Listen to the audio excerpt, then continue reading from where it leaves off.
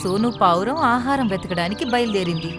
చాలాసేపు వెతికిన తర్వాత తనకొక జామ చెట్టు కనిపించింది. పోనీలే, ఒక చెట్టైనా కనిపించింది. తను ఆ జామ చెట్టు మీద నుండి ఒక జామకాయ తిని తర్వాత ఆ మొక్క నుండి ఒక ఆకును తీసుకుని వెళ్ళింది.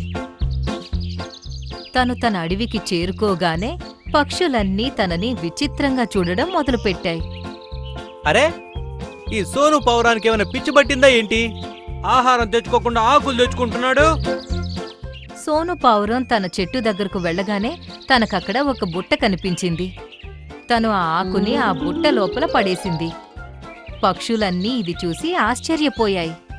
ఇంకా ఇప్పుడు రోజూ సోను పావురం తన నోటితో ఆకును తీసుకొచ్చి ఆ బుట్టలో వేసేసేది. పక్షులన్నీ చాలా కంగారు పడుతున్నాయి. అలాగే వర్షం ఎప్పుడు ఆగిపోతుందో అని ఎదురు చూస్తున్నాయి. కాని వర్షం ఆగలేదు. అలాగే అన్నింటికీ ఆకలి వేయడం మొదలయ్యింది. అప్పుడే సోను పావురం కూడా వచ్చి అక్కడ కూర్చుంది. చెప్పండి, మీరెందుకంత కంగారు పడుతున్నారు? నువ్వు చెప్పింది నిజమే సోను పావురమా.